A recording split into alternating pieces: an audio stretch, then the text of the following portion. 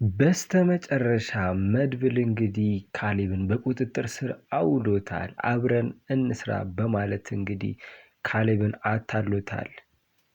ምክንያቱም መድብል ካሌብ ምን ሊያስብ እንደሚችል ቀድሞ ማወቅ ይችላል። አብረን እንስራ የሚለውን ሐሳብ እንኳን ከአንደበቱ ሳይወጣ ነበረ መድብል ቀድሞ የተረዳው። በዚህ ደረጃ ካሌብን በደንብ ያውቀው ስለነበር እንግዲህ መድብል በእጁ አስገብቶታል። ሁሉም የሚፈራውና የሚያከብረው ካሌብ እንግዲህ በመድብል ቁጥጥር ውስጥ ይገኛል። ሞገስና ጠበቃው ይህንን ታምር ሊያምኑ አልቻሉም። እንዴት ቢሆን ነው ካሌብ እንደዚህ ድምፁ ሊጠፋ የቻለው? በአንድ ጊዜ እንዴት እንደዚህ ሰላማዊ ሊሆን ቻለ?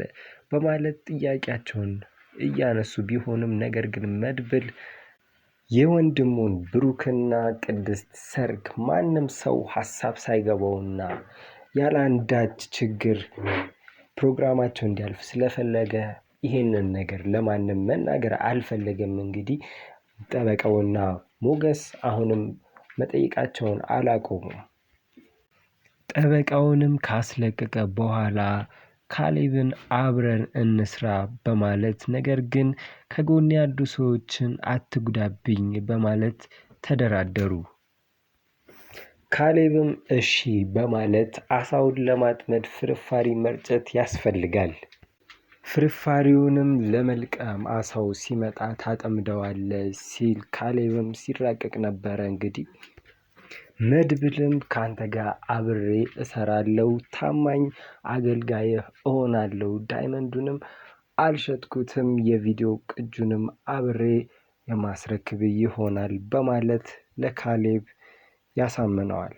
መድብልም ከብዙ ስምምነት በኋላ ካሌብን ካሳመነው በኋላ በእጁ ውስጥ ያስገባዋል ማለት ነው። ማህሌትን ካሰረበት ክፍል ውስጥ አብሮ ካሌብንም በዛው ክፍል ውስጥ በቁጥጥር አውሎታል። የነ ብሩክና የነ ቅድስትም ሰርግ በሰላማዊ ሁኔታ እንደሚያልፍም ለሞገስና ለጠበቃውም ሲነግራቸው ነበረ።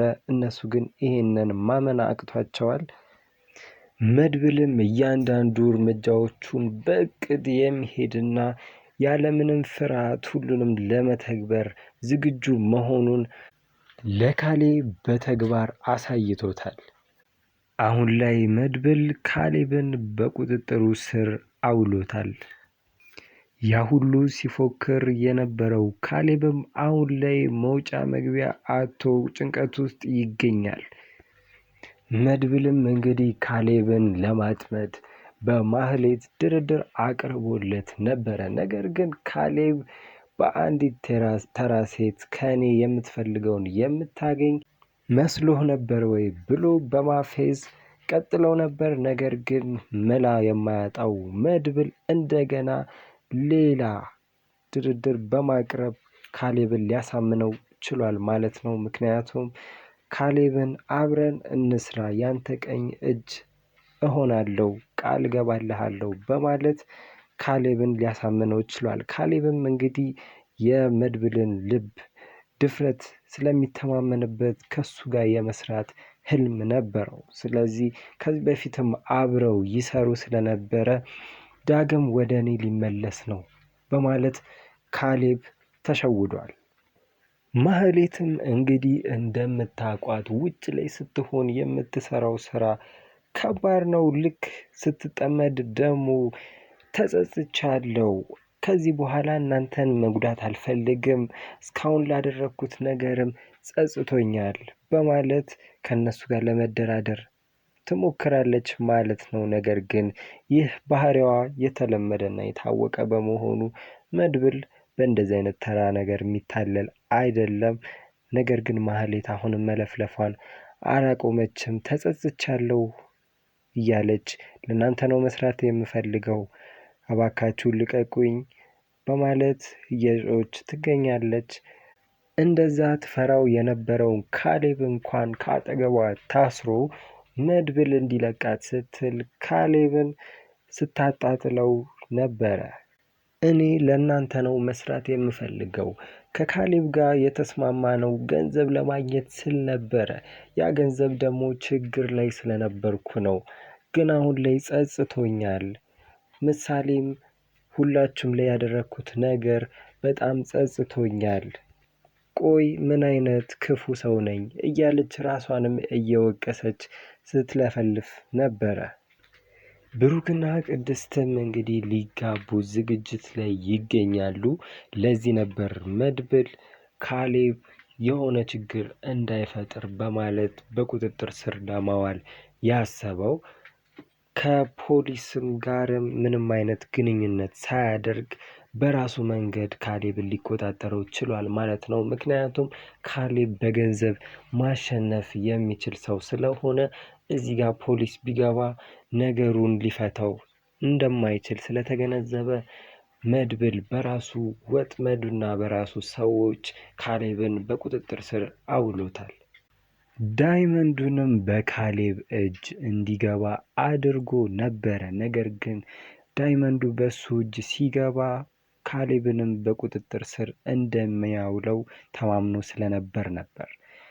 ካሌብም ዳይመንዱንም የቪዲዮንም ቅጅ አገኘው ብሎ በጣም ሲደሳሰት ነበረ። ግን የተዘጋጀለትን ወጥመድ አላወቀም ነበረ።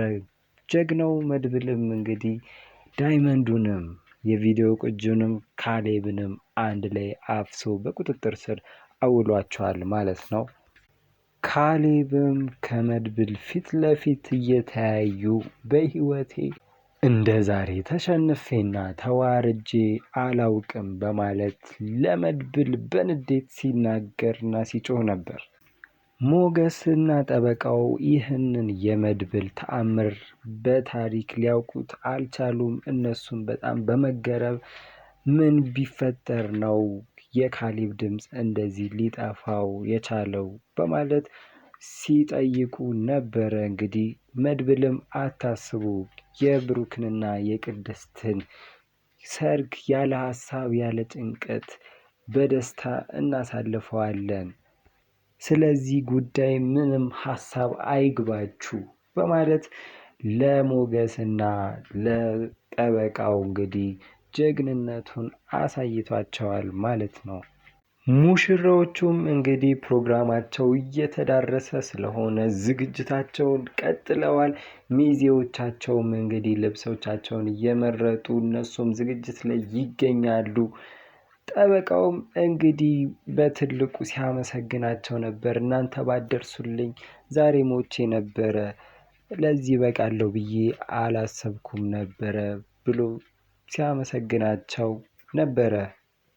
ከዚህ በኋላ አንዳች ችግር አይፈጠርም፣ አዲስ ህይወት አዲስ ምዕራፍ እንጀምራለን በማለት ሁሉም ደስታ ላይ ይገኛሉ። ምክንያቱም ትልቁ ችግራቸው ካሌብ ነበር። እሱም መድብል በቁጥጥር ስር አውሎታል። ሁሉም አሁን ደስታ ላይ ይገኛሉ።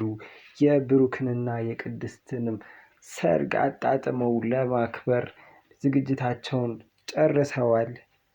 ነገር ግን ብሩክም ስለ ካሌብ ስጋት ገብቶት ነበርና ይህን ስጋቱን ለመድብል ይነግረዋል።